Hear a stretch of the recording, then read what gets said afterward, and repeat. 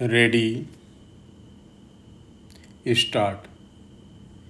In the present case, it is an admitted position of fact that though the detainee had made a representation on 27/9/2023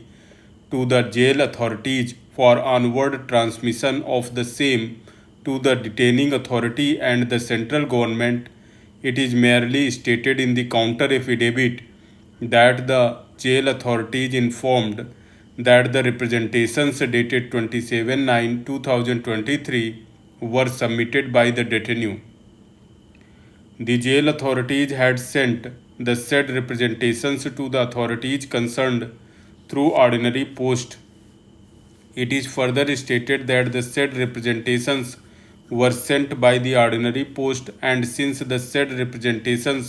were sent by ordinary post, they could not be tracked to know where the said ordinary posts have stuck.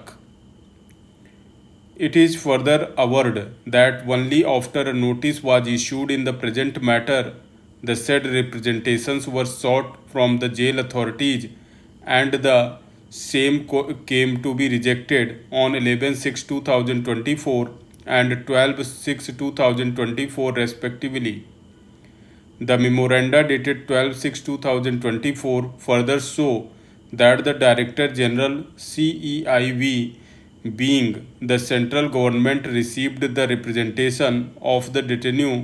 through the Superintendent Central Prison and Correctional Home,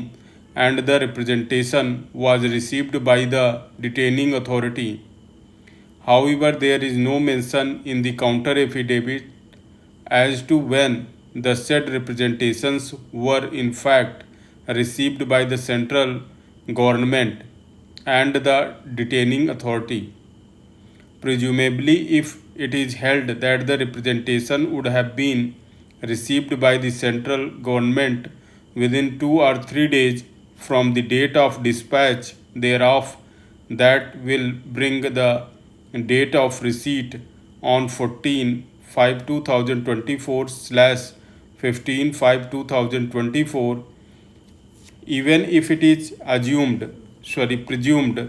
that the said representations were received on 15/5/2024 and 22/5/2024 respectively, even then there is a delay of about 27 days in deciding the said representation by the central government and 20 days by the detaining authority. No explanation as to what caused such a delay in deciding the said representations of the detainee is offered in the counter affidavit. Firstly, we find that the Superintendent of the Central Prison and Correctional Home has acted in a thoroughly callous and casual manner. In spite of there being catena of judgments by this court that it is the duty of the transmitting authorities to transmit the representation of the detainee promptly, and it is the corresponding duty of the authorities concerned to consider the said representation and to decide it swiftly, the same has been followed only in breach in the present matter.